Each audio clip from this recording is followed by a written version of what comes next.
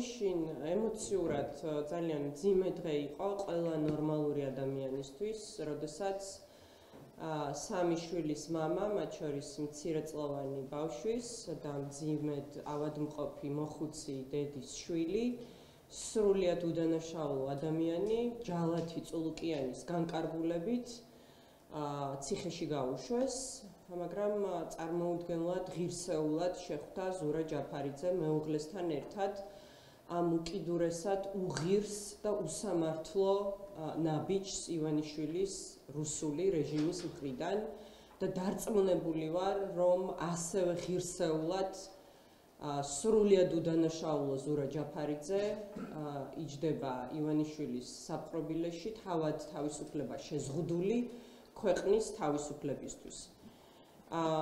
ზურას სიმამაცე, გამბედაობა, პრინციპულობა, უკომპრომისობა და თავგანწირვა ნამდვილად უნდა გახდეს მაგალითი და გახდება კიდეც დარწმუნებული ვარ თითოეული ჩვენგანისთვის, ვინც ჯერ კიდევ თავისუფლებაზე მყოფნი გავაგრძელებთ ბრძოლას მასთან ერთად ჩვენი ქვეყნის თავისუფლებისთვის, მაგრამ გარდა მორალური მაგალითისა, მე ვფიქრობ, რომ მნიშვნელოვანია ამ უკიდურესმა უსამართლობამ ასევე მისცეს ბიძგი კონკრეტულ მოქმედებას და გახდეს კონკრეტული მოქმედების საფუძველი და ჩემი აზრით ერთადერთი სწორი მოქმედება დღეს ასეთი უსამართლობის პირისპირ არის ოპოზიციის გაერთიანება, ის იდეა, რომელსაც ქომაგობდა ზურა ჯაფარიძე ჯერ კიდევ 26 ოქტომბრამდე და ჩვენ ხუმრობით რამდენიმე სხვა ოპოზიციონერთან ერთად ერთმანეთს უნიონისტებს ვეძახდით ერთიანობის იდეის მომხრენი და იმედი მაქვს, რომ ეს უდიდესი უსამართლობა, რომელიც ჩვენ გუშინ ვიხილეთ, ეს მაინც გახდება ბიძგი და საფუძველი კონკრეტული მოქმედების და გავაცნობიერებთ, რომ ერთადერთი სწორი მოქმედება და ერთადერთი სწორი ნაბიჯი ახლა ოპოზიციის მხრიდან ზურას დასახსნელად და ყველა სხვა პოლიტპატიმრის დასახსნელად და იმის მისაღწევად, რისთვისაც ეს ადამიანები წირავენ საკუთარ თავისუფლებას და ტოვებენ მცირეწლოვან შვილებს უმამოდ და მძიმე ავადმყოფ დედებს ასეთ მდგომარეობის წინაშე აყენებენ და ეს უმძიმესი გადაწყვეტილებაა ბუნებრივია თითოეული ადამიანისთვის. ეს არის ჩვენი ქვეყნის თავისუფლება და ჩვენი ქვეყნის თავისუფლების მოპოვება, აღდგენა, იმ დამოუკიდებლობის შენარჩუნება, რომელიც სულ რამდენიმე დღეში უნდა ვიზეიმოთ რუსთაველის გამზირზე, რუსკოცების გარეშე. ამისთვის აუცილებელია მოქმედება და ერთადერთი სწორი, გონივრული და შედეგის მომცემი მოქმედება, რაც კი ახლა შეიძლება გქონდეს ოპოზიციურ ფლანგზე, არის ის იდეა, რისთვისაც იბრძოდა ზურა და იბრძვის და გააგრძელებს ამ ბრძოლას გისოსებს მიღმა და ყოველთვის იქნება გაცილებით უფრო თავისუფალი ივანიშვილის საპყრობილეშიც კი, ვიდრე ნებისმიერი ივანიშვილის სხვა პაიკი. ეს ერთადერთი სწორი მოქმედება არის ოპოზიციის ერთიანობა და ამ ერთიანობით ამ ბრძოლის მოგება, როგორც გუშინ ზურამ თქვა ბოლო სიტყვაში, მანამ სანამ დაამწყობდნენ მას რეჟიმის ჯალათები, ბოლოს მაინც ჩვენ მოვიგებთ და ივანიშვილმა უნდა შეიგნოს ძალიან კარგად, რომ ბოლოს მაინც ჩვენ მოვიგებთ, იმიტომ რომ ჩვენ ვართ მართლები, ზურაა მართალი და ჯალათი წულუკიანი რუსი ივანიშვილი ვერასოდეს წაგვართმევს ყველაზე ძვირფას, ეს არის ჩვენი და ჩვენი ქვეყნის თავისუფლება. იგივე თემა რომ გავაგრძელოთ, პრინციპში არ არის გისაუბრეთ ამ საკითხთან დაკავშირებით, რომ საგამოძიებო კომისიაზე გამოცხადებულება არის თუ არა დანაშაული, რადგან იცით რომ არგუმენტი ქართულ სამშობლოში აქვს ის, რომ სისხლის სამართლის კოდექსით არის გარკვეულწინააღმდეგობის დანაშაული. თქვენი პოზიცია კიდევ ერთხელ უნდა დავფიქსიროთ, საგამოძიებო კომისიაზე გამოცხადებულება. და ამასთან დაკავშირებით ყველამ გააკეთა განცხადება, რომ ჩვენ ვთვლით გუშინ დეკლარაციის პროცესის მიმდინარეობას პარალელურად ქადაგებთ ძალადობაო და შემდეგ ჩემს პროცესში არ გამოცხადებიო, ესეც რომ შეაფასოს სწორია თუ არა და რა შედეგის გამოტანია. მაშინ საგამოძიებო ცალ-ცალკე ხარჯებია, ყველა რაკურსით მიიღოთ, რაც გაინტერესებდა. პირველ რიგში რაც იკითხა თქვენმა კოლეგამ, რომ ხოცები რო ამართლებენ ამის კომისიით, როგორ პასუხობ ამას. Fake პარლამენტის, fake კომისიის და ჯალათი წულუკიანის განკარგულებით სრულიად უდანაშაულო ადამიანი ზურაბ ჯაფარიძის, რომელიც 2003-2012 წლებში საერთოდ ხელისუფლებაში არ იყო. მე მაგალითად სხვათა შორის ვიყავი გენერალური აუდიტორის მოადგილე, ვცდილობდი ივანიშვილის ბინძური რუსული ფულით საქართველოს მოქალაქეების მოსყიდვის აღკვეთას და მაინტერესებს ჯალათი წულუკიანი რატომ არ მიბარებს ღალატის კომისიაზე და ზურაბ ჯაფარიძეს საერთოდ ხელისუფლებაში ერთი დღე არ გაუტარებია 2003 წლიდან 2012 წლამდე. Fake პარლამენტის, fake კომისიის და ჯალათი წულუკიანის განკარგულებით სრულიად უდანაშაულო ადამიანის, რომელსაც ერთი დღე არ გაუტარებია ხელისუფლებაში, ციხეში ჩასმა და ამის შემდგომ გამართლება, ისეთ მორალს მიღმა, რომ ამიც ეს ადამიანები, რუსკოცები, როგორ აპირებენ საერთოდ ამ ქვეყანაში ცხოვრების გაგრძელებას, როგორ აპირებენ, რომ ზურაბ ჯაფარიძის სამ შვილს, მის მეუღლეს, დედას, რომელიც დარჩა მარტო სამი შვილით, ქუჩაში რომ გაივლიან, ჩახედონ თვალებში, როგორ აპირებენ? და ხა არ ვიცი რა, ვიცი იმედია, რომ ამის გამართლებას სხვები არ მოემსახურებთ.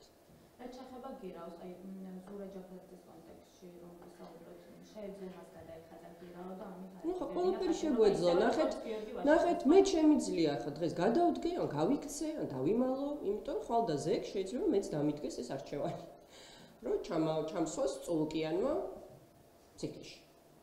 მაგრამ არჩევანია ხო, ჩვენი არჩევანია, მათ შორის ჩვენი თავისუფლების ფასად ვიბრძოლოთ ამ ქვეყნის თავისუფლებისთვის და იმისთვის, რომ ჩვენმა შვილებმა იცხოვრონ ნორმალურ ქვეყანაში. ჩვენ საყვარელ სამშობლოში, იმიტომ რომ ჩვენ სხვა სამშობლო არ გვაქვს. თორემ ერწმუნეთ ამ ჯალათებისგან და წულუკიანისგან განსხვავებით, რუსეთის გარდა ბევრი წასასვლელი გვაქვს. სადაც შეგვიძლია ვიმუშაოთ, ღირსეულად ვიცხოვროთ. მაგრამ ჩვენ ვაკეთებთ არჩევანს, რომ ვიცხოვროთ ჩვენი შვილებით, ჩვენ სამშობლოში და ჩვენს ქვეყანაში და ეს არჩევანი გააკეთა ზურაბ ჯაფარიძემ და ამისთვის ისჯება რეჟიმის მხრიდან, მაგრამ როგორც ზურამ თქვა, ამ სიტყვებს ძალიან ბევრჯერ გავიმეორებ და ძალიან ბევრჯერ მოუწევთ ჯალათებს, მანქურთებს ამის მოსმენა, ბოლოს ქოცებო. ბოლოს მაინც ჩვენ მოვიგებთ, იმიტომ რომ ჩვენ ვართ მართლები, იმიტომ რომ ზურაა მართალი და ყველა ის ადამიანი, ვინც იბრძვის ამ ქვეყნის ნორმალური მომავლისთვის. ისე ზურა ზაგავებაზე მინდა გითხოთ, შენ ზურა ზაგავებაზე გითხები? მედიას განცხადება იყო ასეთი, რომ გუშინ ჯაფარიძის პროცესზე უშვილეთ ქალებსაც ალადობაო და ამის გამო მე ჩემს პროცესზე აღარ მივალო, როგორ შეაფასებ მის გადაწყვეტილებას? ხო, მისი არჩევანია, ხო? ზოგმა ოპოზიციურმა ლიდერმა ისიც აირჩია, რომ გირაო გადაიხადოს, ზოგმა აირჩია, რომ არ გადაიხადოს და სასამართლოს წინაშე წარსდგეს.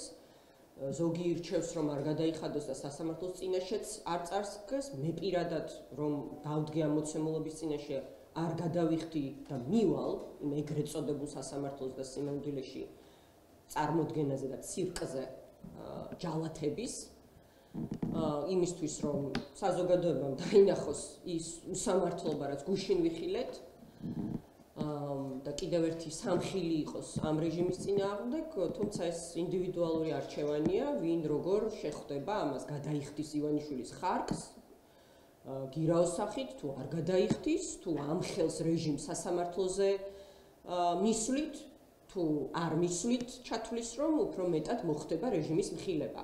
ეს ინდივიდუალური არჩევანია და ქოცულ პროპაგანდას ვურჩევდი რომ ამ განსხვავებებზე კი არ კონცენტრირდეს, იმაზე დაფიქრდეს, როგორ აპირებენ ხვალდაზე ამ ქვეყანაში ჩვენთან ერთად, ჩვენ შვილებთან ერთად და საზოგადოების ჯანსაღ ნაწილთან ერთად ცხოვრებას, რომელმაც იხილა გუშინ სრულიად უდანაშაულო კაცი, როგორ მოგლიჯეს მეუღლეს, სამ შვილს და მცირეწლოვან შვილს მათ შორის, ძიმე დავადმყოფ დედას, ზურასთან ძალიან მეგობრობ, ისე როგორც მის ძმასთან, მთელი ჩვენი ოჯახით.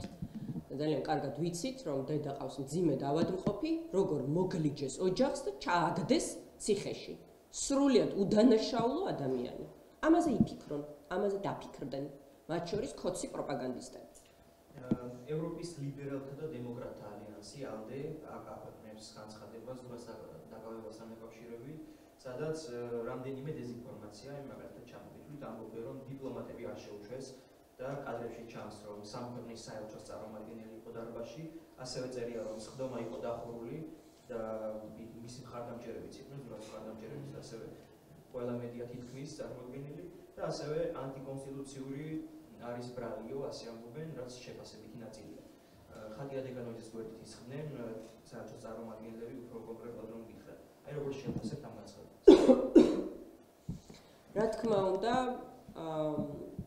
ევროპის სხვადასხვა პოლიტიკური ჯგუფები გამოეხმაურნენ უკვე ზურა ჯაფარიძის სრულიად უდანაშაულო ადამიანის რუსული რეჟიმის გადაწყვეტილებით დაკავებას და კიდევ ძალიან ბევრი ადამიანი გამოეხმაურება და სრულიად უდანაშაულო პოლიტიკური ლიდერის ციხეში ჩაგდებას ექნება ის ეფექტი, რომ კიდევ უფრო დააჩქარებს მძიმე გადაწყვეტილებებს დასავლეთში, რომელზეც ღიად ისაუბრა ამერიკის შეერთებული შტატების სახელმწიფო მდივანმა მარკო რუბიომ, როდესაც მან თქვა, რომ ამ ანტიამერიკულ მთავრობას ივანიშვილის რეჟიმის სახით, რომელიც ასევე არის ანტიქართული, იმიტომ რომ ჩვენს კონსტიტუციაში, კერძოდ 78 მუხლში წერია, რომ ევროატლანტიკური ინტეგრაცია არის ყველა სახელისუფლებო შტოს ვალდებულება და შესაბამისად ანტიამერიკული მთავრობა ნიშნავს ანტიქართულ და ანტიეროვნულ, ანტიკონსტიტუციურ მთავრობას,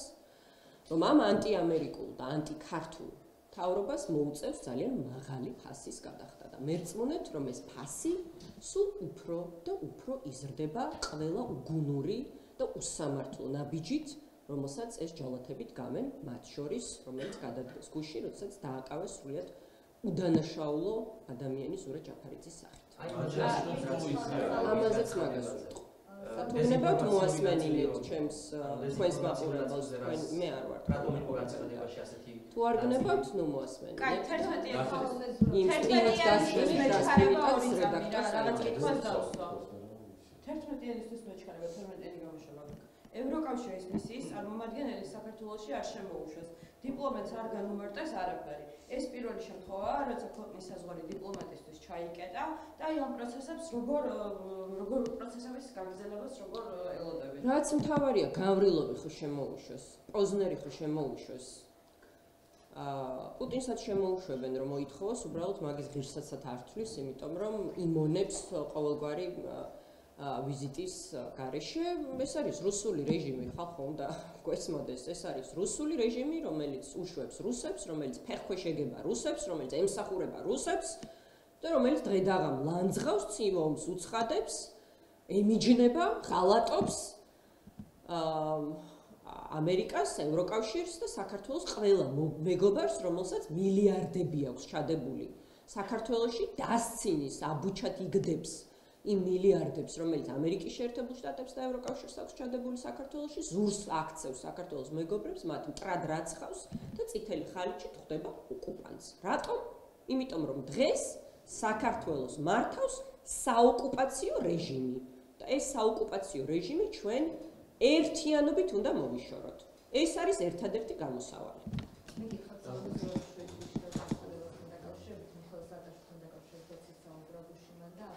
სალომე მის შეწყალებას არ უნდა სხვა საქმეებიც იყო და ამიტომ მაინც ვერ გამოვიდა ციხიდან, თუმცა მათ როგორც ვარწმუნებდიო, რომ უნდა გამოეშვათ სპეციალური სამეჯურის დახმარებით, ასე ვთქვათ.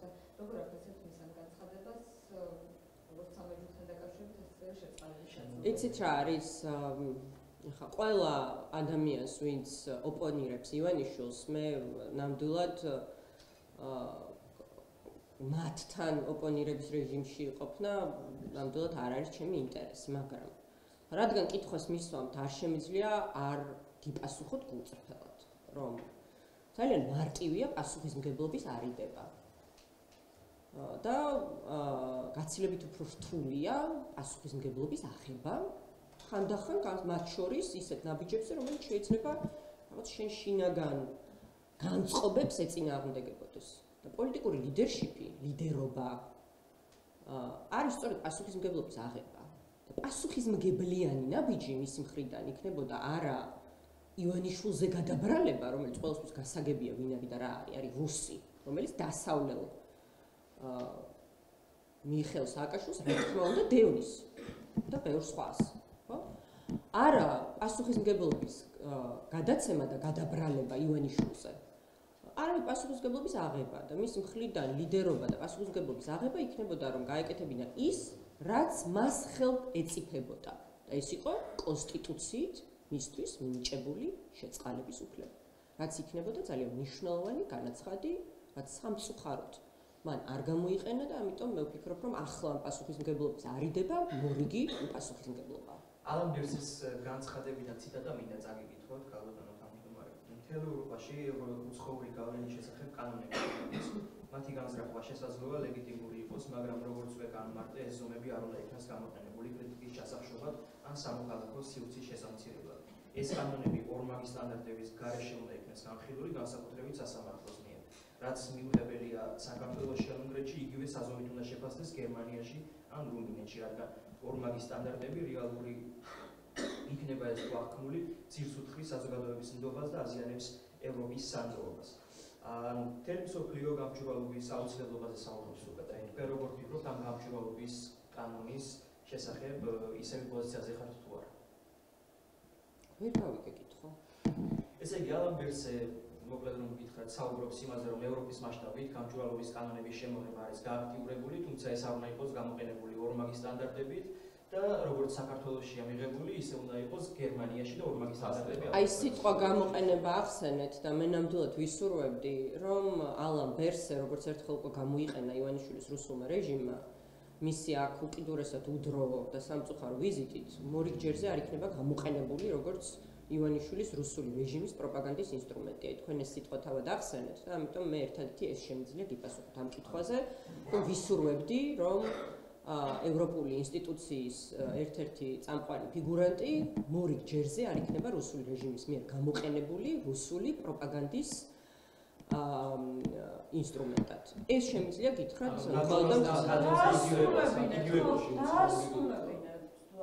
გამჭვირვალობის კანონთან დაკავშირებით იგივე პოზიციაზე რჩებით თუ არა თქვენ? და კიდევ ერთი კითხვა მექნება. თქვენი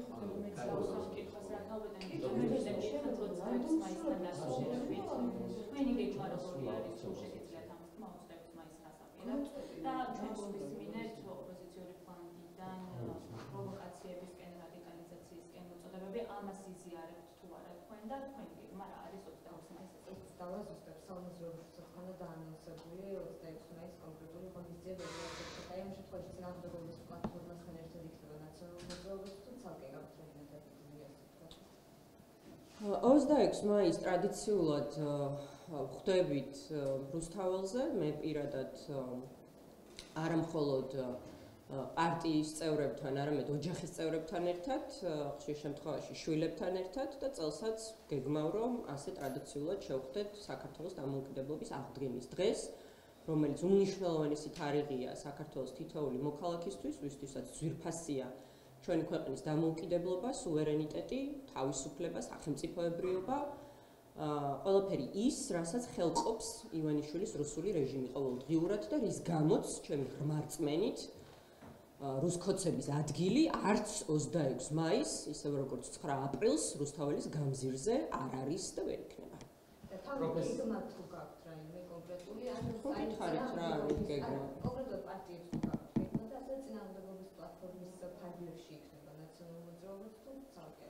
თქვენთვის ცნობილია რომ ჩვენ ფორმალურად ამ პლატფორმის მუშაობაში მონაწილეობას არ ვიღებთ, თუმცა ასევე ფორმალურად არ ვიმიჯნებით, რადგან თუ საჭიროება იქნება იგივე საგარეო კომუნიკაციის ნაწილში, ყოველთვის გვაქვს მზაობა, რომ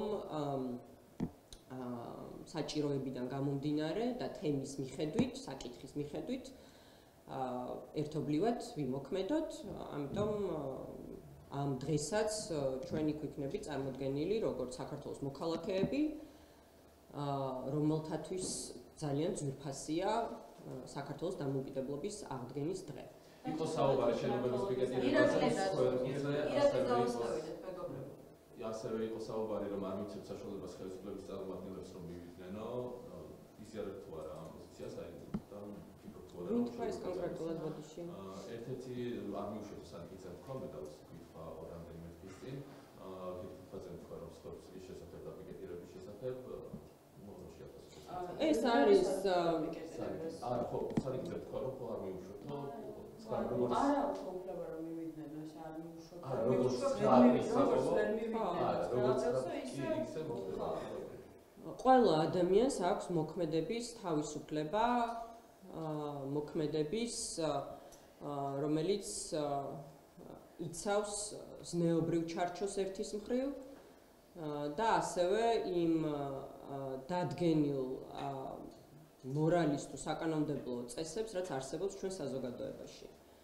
ვერანაირი მორალით ივანიშვილის რუსკოცები, რომლებიც ყოველდღიურად ხელყოფენ ჩვენი ქვეყნის დამოუკიდებლობას, სუვერენიტეტს, თავისუფლებას და სახელმწიფოებრიობას, ვერ უნდა აღმოცენდნენ ეს ჯალათები რუსთაველის გამზირზე, განსაკუთრებით ჩვენი ქვეყნისთვის ისეთ მნიშვნელოვან თარიღებზე, როგორც არის 26 მაისი და როგორც არის 9 აპრილი, ასე რომ საქართველოს ყველა მოქალაქეს დაუტოვეთ იმის უფლება, რომ თავად განსაჯოს როგორ იმოქმედებს იმისთვის, რომ დაიცვას ის დღე, რომელიც ძალიან ძვირფასია საზოგადოების უდიდესი ნაწილისთვის და ამ შემთხვევაში ეს არის 26 მაისი. ერთ თემაზე დავსვათ კითხვას პროფესიულ კავშირში არის დაპირისპირება ხელმძღვანელმა კახი სამხარაძეს გაატოვებინეს კოლეგებმა თანამდებობა ხელმძღვანელის საუბარია იმაზე რომ ის ავრცელებდა განცხადებებს პირადი ინტერესებიდან გამომდინარე და არა ამ გაერთიანებიდან თქვენ როგორ შეაფასებთ ამ პროცესს ეს არის საჯარო მოსამსახურეთა დამოუკიდებელი პროფესიული კავშირი კონსტიტუციის 78 მუხლით. ესე ქვია არასამთავრობო ორგანიზაციას. მანუელ კობახიძე რო იყო ეგ ორგანიზაცია კონსტიტუციის 78 მუხლი. აი ეს დავიკითხე ესე ქვია არასამთავრობო კახი სამხარაძე რომელიც ხო და კითხვა რაში მდგომარეობს? კახი სამხარაძე რომელიც სალომე ზურაბიშვილის ადმინისტრაციის იურიდიული დეპარტამენტის უფროსი იყო. თანათავმჯდომარე იყო აი ამ ორგანიზაციის და განხეთქილება მოხდა და მან დატოვა თავისი და მე რა უნდა ვთქვა ამ შესახებ? ეს ორგანიზაცია ფინანსდება უცხოური დაფინანსებით, ასე ვთქვათ, უცხოური დონაციით და თქვენი აზრით რას ნიშნავს, რომ რას ვერ იყოფენ, რა განხეთქილება მოხდა და რას ვერ იყოფენ? ეს მოდი იმედმა გადაწყვიტოს, კარგი? მარტო გუშინო ვერ არასამთავრობო ორგანიზაციებში დაპირისპირება, ამაში რას თანხებს ვეღარებენ და მოდით ახლა რა თქმა უნდა მას არ გავუშვებთ. არ მინდა ეს თემა. შემდეგ არა, ცოტა კომიკურია ივანიშვილის პაიკების მხრიდან ფულის ვერ გაყოფაზე საუბარი, იმიტომ რომ თავად არიან მუდმივად ამ დალიმეს წინაშე. ხალხისთვის მოპარული ფული როგორ გაიყონ და ამიტომა რომ აგდებენ პრემიერ-მინისტრებს, მე აბრუნებენ, მე მეორთ აბრუნებენ, მე მესამეთ აბრუნებენ და სინამდვილეში თავიანთი დილემების დან გამომდინარე მსჯელობენ სხვებზეც, მაგრამ ძალიან მალე დატოვებენ ისინი ამ თანამდებობებს და ქართველი ხალხის ფულს ვეღარ მოიპარავენ ივანიშვილის მანქურთები, რომლებიც დიდხით დღე აზიანებენ ჩვენს ქვეყანას, აკარგინებენ მილიონობით და მილიარდობით ევროსა და დოლარს, რომელიც ჩვენ შეგვეძლო მიგვეღო პირდაპირ საერთაშორისო ინვესტიციებით ამერიკის შეერთებული შტატებიდან, ევროკავშირის წევრი ქვეყნებიდან, მსოფლიოს ყველაზე მდიდარი ნაწილიდან საქართველოს კეთილდღეობისთვის, მაგრამ ყოველდღიურად კარგავთ მილიონობით დოლარს და ევროს, იმიტომ რომ ივანიშვილის მანქურთები ვერ იყოფენ ფულს და ძალაუფლებას. და ამიტომ ამ თემაზე როცა საუბრობენ, ცოტა საკუთარ თავსაც შეხედავთ. თვითმმართველობის არჩევნებზე ეკითხავთ, ცნობილი არის გახარეს პარტიის პოზიცია, რომ აპირებენ მონაწილეობა მიიღონ თვითმმართველობის არჩევნებში, გუნდოვანიანობის პოზიციას უბრალოდ იღებენ თუ არა მონაწილეობას ამ საკითხზე არ საუბრობენ. თქვენი პოზიცია კიდევ ერთხელ უნდა დავაფიქსიროთ და კი. მე ნამდვილად დიდი იმედი მაქვს, რომ ლელო კოალიცია ძლიერი საქართველო საბოლოო ჯამში იმ გადაწყვეტილებას მიიღებს, რომელიც იქნება ჩვენ საერთო ინტერესში, არა ჩვენ გულისხმობ პოლიტიკურ პარტიებს, არამედ ჩვენ გულისხმობ ქართულ ხალხს, საქართველოს მოქალაქეებს, საზოგადოების იმ ნაწილს, ვისაც ამ ქვეყანაში გსურს ცვლილება და არა ლეგიტიმაციის მინიჭება ივანიშვილის რუსული რეჟიმისთვის, მის თამაში შეყოლა და მისი ბინძური რუსული სცენარით მოქმედება მორიგ სპეცოპერაციაში, რომელიც ეს ვითომ ადგილობრივი თვითმმართველობის არჩევნები იქნება, თუ არაფერი შეიცვალა. ამიტომ ძალიან დიდი იმედი მაქვს, რომ საბოლოოდ ასეთ გადაწყვეტილებას მიიღებს ეს პოლიტიკური გაერთიანება, ხოლო გახარიაზე სულ უფრო და უფრო ნაკლები ინტერესი მაქვს, რომ საერთოდ რაიმე კომენტარი გავაკეთო მათი მოქმედებებიდან გამომდინარე, მათ შორის, როდესაც მაგალითად გუშინ ვერ შეძლეს ნაცებთან ვერ დავდგებით ჭყალებში მათი უდიდესი მორალური დილემის გამო, რომ მოსულიყვნენ და მხარი დაეჭირათ ზურა ჯაფარიძისთვის, სრულიად უდანაშაულო ადამიანისთვის, რომელიც გუშინ ჯალათი წოლკიანის ბრძანებით, სწორედ იმ რეჟიმმა, რომელსაც სულ ცოტა ხნის წინ ემსახურებოდნენ და ემსახურებოდა თავად გახარია, მათ შორის პრემიერის რანგში, დაიჭირეს. თვითმმართველობასთან დაკავშირებით, როგორ ფიქრობთ, გახარიებში საუბარი კითხვასო, ბოიკოტს სადამდე მიხავართ, რატომ გაჩნდა ახლა ეს კითხვა, იმიტომ რომ თუნდაც ბოიკოტში იმყოფებიან პარლამენტში არჩევიდან ასე შემდეგ, აი რაზე მიანიშნებს ეს შესაძლოა ну ახლა იმ ნახევრად ორსულის მდგომარეობაში, რომელშიც მათ თავი აღმოიჩინეს, რომ თან ბოიკოტში არიან და თან არ გამოდიან, მესმის რომ ეს რაღაცა იდენტობის პრობლემები და შეკითხვები უჩნდებათ საკუთარ თავთან. ჩვენ ასეთი იდენტობის პრობლემა, მორალური დილემები და ასეთი უაზრო კითხვები ნამდვილად არ გვაწუხებს და არ გვიწუხებს პოლიტიკურ დღის წესრიგს, იმიტომ რომ ძალიან ნათლად და ცხადად ვართ ჩამოყალიბებული, რომ ამ რეჟიმისთვის ნებისმიერი ლეგიტიმაციის მიცემა არის დანაშაული იმ ადამიანების წინაშე, რომლებიც საკუთარ ჯანმრთელობას და თავისუფლებას სწირავენ ჩვენი ქვეყნის თავისუფლებას. ბოლოს კითხავთ სპეციალური საგამოძიებო სამსახურის გაუქმებასთან დაკავშირებით, ამას როგორ აფასებთ და რა შედეგები შეიძლება მოყოს ასე ვთქვათ ამ სამსახურის გაუქმებას? დღეს მათ შორის უკვე ხო, ანუ პარლამენტშიც და ეგრეთ წოდებულ პარლამენტშიც დაიწყეს, ხო, ამაზე მშელობა. ну ამ სპეციალური საგამოძიებო უწყების გაუქმება არის მორიგი გზავნილი ივანიშვილის რეჟიმის მხრიდან, რომ ინსტიტუციებს საერთოდ არანაირი ფუნქცია არ გააჩნიათ, რომ ჩვენს ქვეყანაში არამცუ დამოუკიდებელი, არამედ საერთოდ ფორმალური ინსტიტუტებიც კი ზედმეტია და ყველაფერი და ყველა უნდა დაექვემდებაროს ერთ ვერტიკალს, ერთ ადამიანს და მის რახვას, რომ ნებისმიერ ფასად შეინარჩუნოს ძალაუფლება. ეს არის რეალურად ის გადაწყვეტილება, რომელიც ამ ანტიკონსტიტუციურმა რეჟიმმა მიიღო და რომელიც მოქმედებაში მოყავთ ახლა უკვე ფსევდოკანონის სახით არალეგიტიმურ პარლამენტში. მადლობა.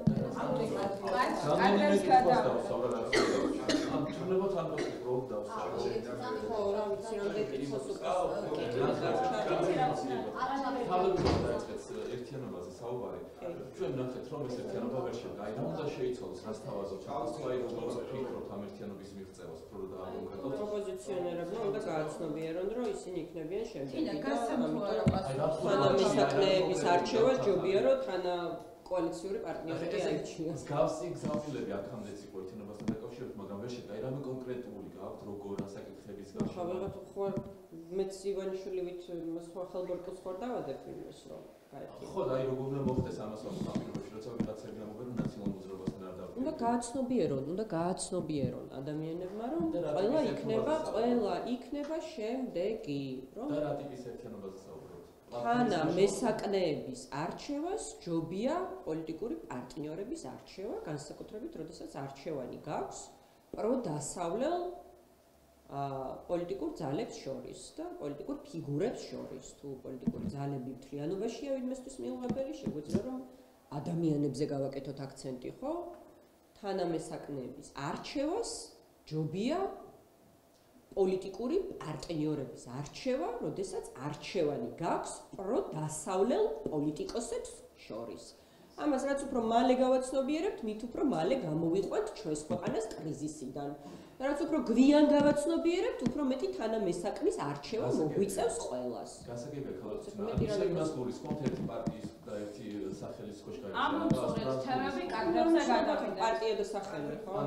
ხო, არა, მნიშვნელობა, ეგ არის მეორე და მეასე ხარისხოვანი საკითხი. გირაოს გადახდასთან დაკავშირებით რა პროცესებსაც, ხო, სხვა კითხვასო. რა პროცესაც უყურებთ, როგორია ოპოზიციის პასუხი და რა შედეგი დადგება ოპოზიციის? ამაზე დანამდვილებით გიპასუხეთ.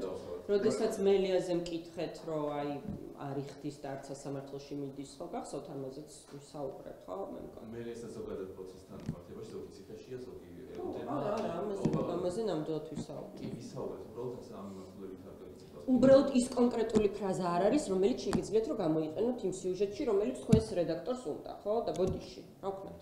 აი ესეთი სამართლოს აყარ.